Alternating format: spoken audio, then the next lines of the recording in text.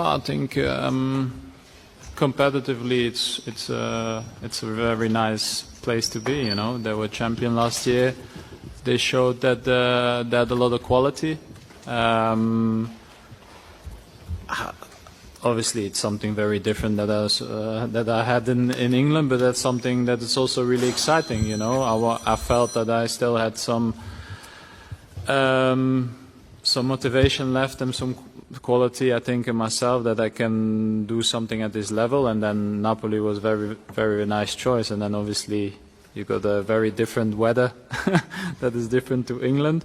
But I think the main reason for me is, you know, I wanted to play at the highest level. And I think when the sporting director came to England and proposed me what they were doing and the project around it, it made me excited. And then obviously we looked at everything and I thought this was the best place for me to be.